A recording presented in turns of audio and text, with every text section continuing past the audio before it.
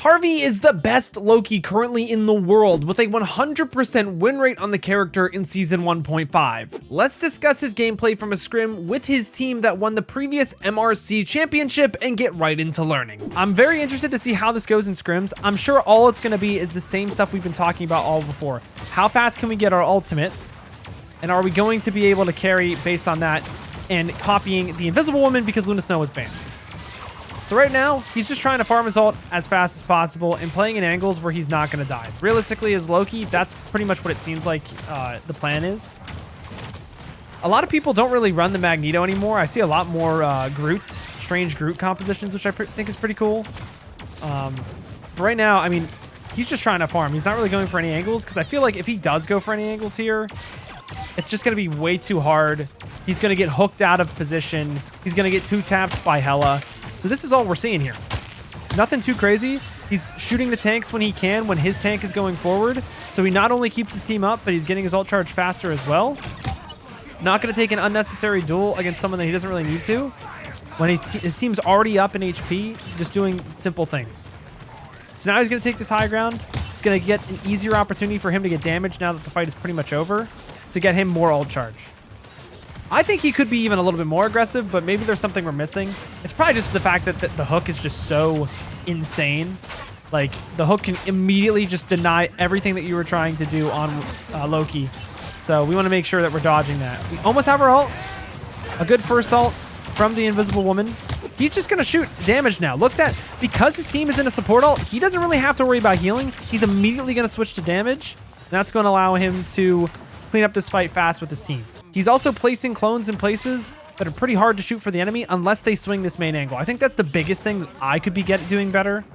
That I probably wasn't doing well enough in the unranked GM. Like, he does stagger these clones.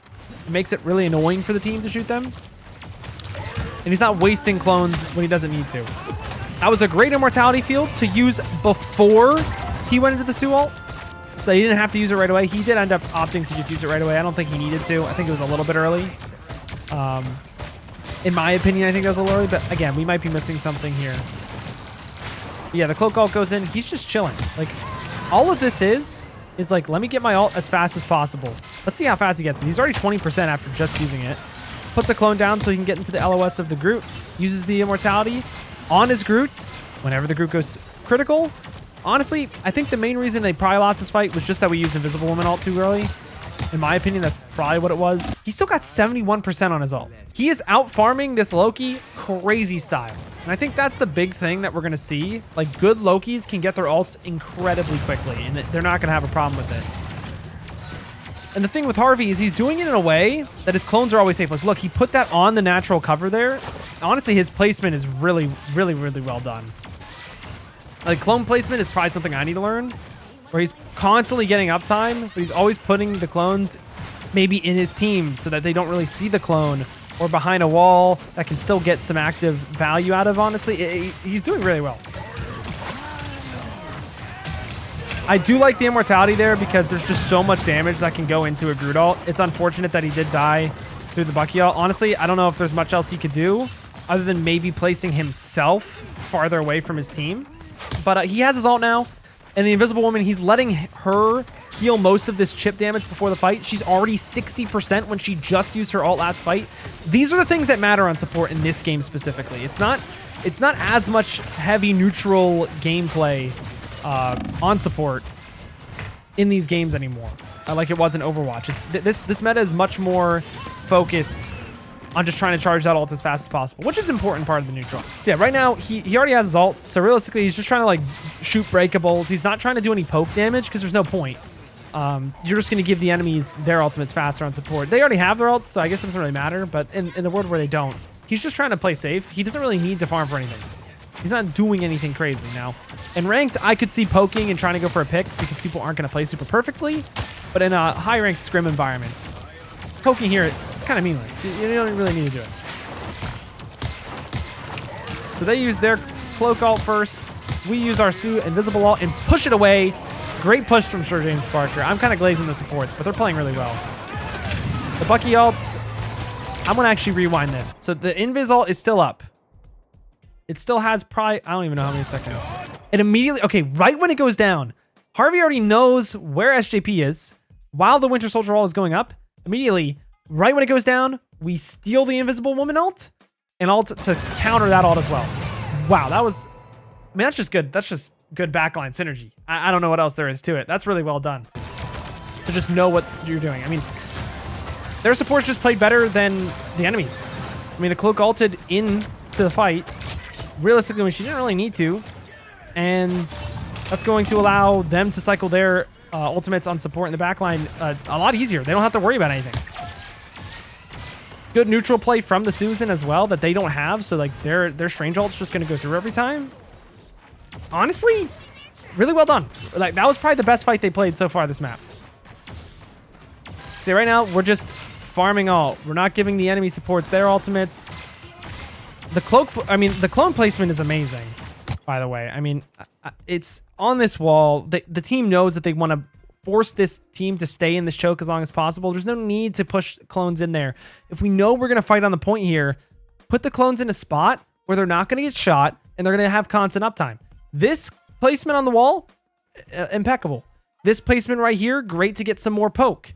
But we still have this clone in a really important spot so that when this fight happens, we have an immortality field also on this clone. Like, also, look where TTK is playing. He's not playing on the left side of this wall. The tank's playing on the right side of the wall. So there's even something we can learn from, like, a tank perspective. Play next to the clone because you know that's where the rune's going to be. Honestly, there's a lot to be learned here. So right here, since they're getting stuck in there, that's why we're shifting the clone to do more damage.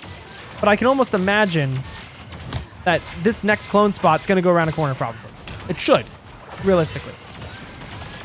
Right now, it's just more damage on the clone. But eventually, he's probably going to put an immortality down and try to put it on a corner. If he doesn't, it's because it's in the heat of the moment. Right there, he almost actually did it. It was a little bit of a mechanical mistake. It could have went a little bit more to the right. But, like, still, the placement there, the idea that he's going for is really, really well done. I like that he didn't ammo this, because this is another thing that we talked about in the guide. This is one of those moments where he's assessing, like, is there an actual threat that these people are going to die? There's not really, right? Because there's a wall here, and he can just heal through this damage. Now, what happened, unfortunately, is that wall goes down, and then his team gets walled off, and it's like, oh, well, shit. But, like, I think this was a really good, disciplined decision not to immo so early, not to use the runes so early. Like, that, it would have been crazy. And now we don't have immo for this. But to be honest, somehow we lived that. Wait, how do we live that? I'm perplexed. It must have been... I mean, one went down. The fact that they all didn't go down is kind of crazy to me. I feel like everyone should die in that grab there. And it was a great shield by SJP, but I don't think that was enough. But hey, now we're just going to turn with support ults. And right now, he's not looking for healing. He's not scared at all. All he's doing, shooting for damage, pressure, pressure, pressure, pressure, pressure. Maybe we can find a pick. Where's my Invisible Woman? The moment this is about to go down, he copies. Wow. The communication this takes to just know 8 seconds. Hey, yo, copy me, copy me, copy me. And then just cycling the ults. That's 16 seconds of tranquility. That's effectively. That was really well done. They still probably lose this fight, honestly. I'd be surprised. I would be surprised if they win this. Has to. I don't think that was needed. This is one of the moments where, I mean, he had the shield. Ooh. Yeah, it was probably... Ooh, but there's an ammo on point. This one probably wasn't needed, but, like, if I was in this situation, I probably would have ammoed. I mean, I probably would have used my runes on myself here.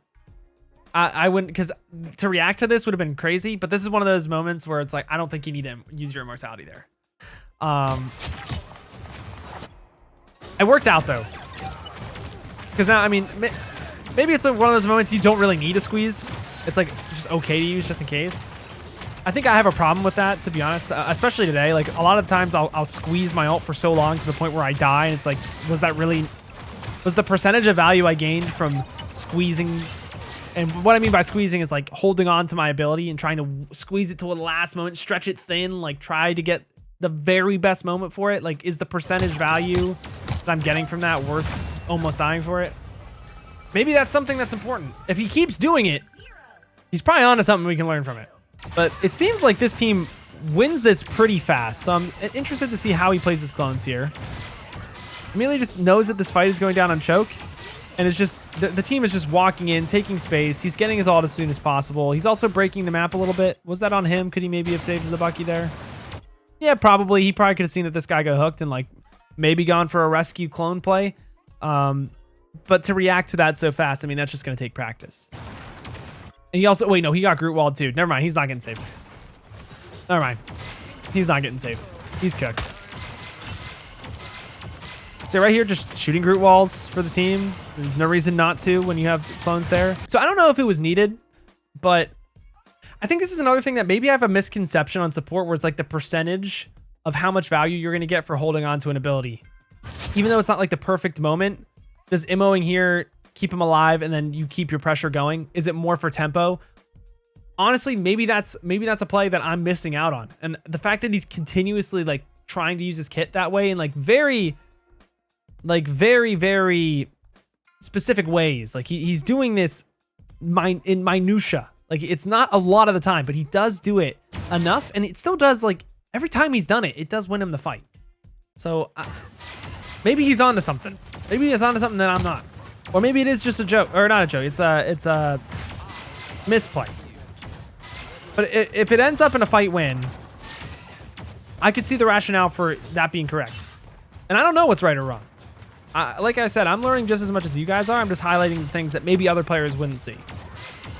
So he's just putting clones on cart for the most part, because that's where the fight's going to go, and that's where the team's going to stay in LOS of. So like he's putting clones in great spots. He's just holding on to as many cooldowns as he can. Right now, he doesn't need to use the regen fields. He doesn't need to use immortality. At this point, he's probably going to put it down. Okay, I like this a lot, though. The reason why he's putting this one down, it actually is tempo. It actually is tempo. At this point, there's so much forward pressure going on, and they have to touch or they lose.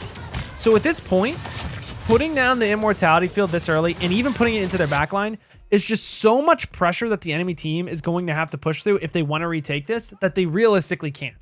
So all these other plays he's going with the rune, when his team is creating forward like pressure for him and they're making space and they want even more space to greed for it, and he's supporting them with the Groot wall, by the way, putting it on a Groot wall, insane. I mean, very well done. Like, this is what you want. Realistically, like, dude, he sees the Groot wall, puts it on. That is wild. Like, being cognizant of the fact of where your Groot is putting walls so you can put clones on the walls. I never even thought of that. That is so smart. That is so smart.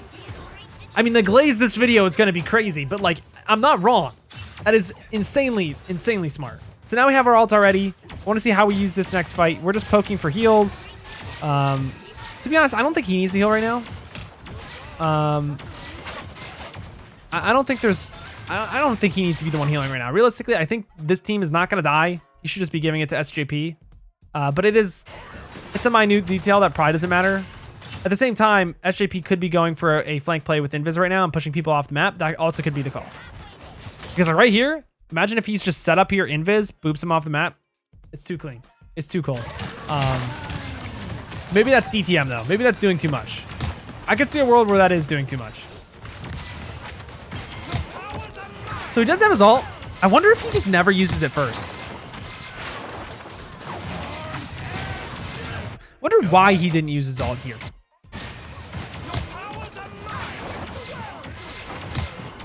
He doesn't have runes.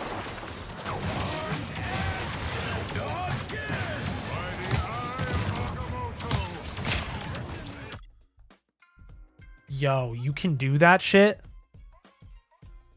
Yo, I did not put that in the guide. Yo, write that shit down now. You can snap out of it. I mean, obviously you can. But why didn't I think of that? It's so simple and easy to do. You can dead ass. What he could have even done is runed early and then snapped out of it, healed the rest of the team. Like, obviously it's fine because he doesn't need a rune because there's the invis ult. But yo, that shit is crazy. That is crazy sauce.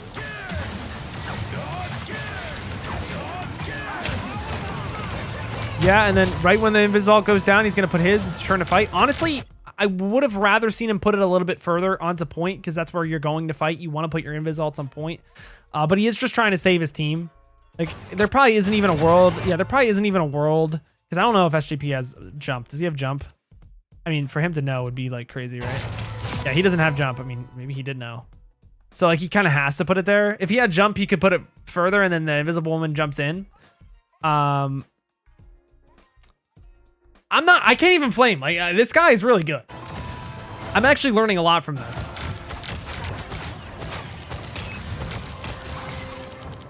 I still think maybe we could have looked to copy early. I don't know why he didn't. Maybe just because it's so hard to make it happen, and if you fuck it up, like, you just lose the fight. I don't think he's a Loki OTP. He was really good in, like, Overwatch. Really good Overwatch player on console. He was, like, top 10, I think, console permanently. They've always been playing, like, this whole team. I'm pretty sure Sir James Parker, Vinny, Hxrvey, and maybe, I don't know if Hxrvey or Hxrvey.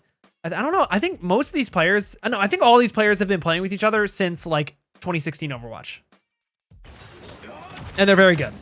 I mean, it's Vinny. He's the GOAT of Xbox. That's what everyone used to know that. I mean, that was a little troll, I think, from Hxrvey. But good luck beating them, I guess. I mean, I'm not going to beat them when I'm not playing on a team. This is just for educational stuff. They're good players. Like, this is really good to learn from.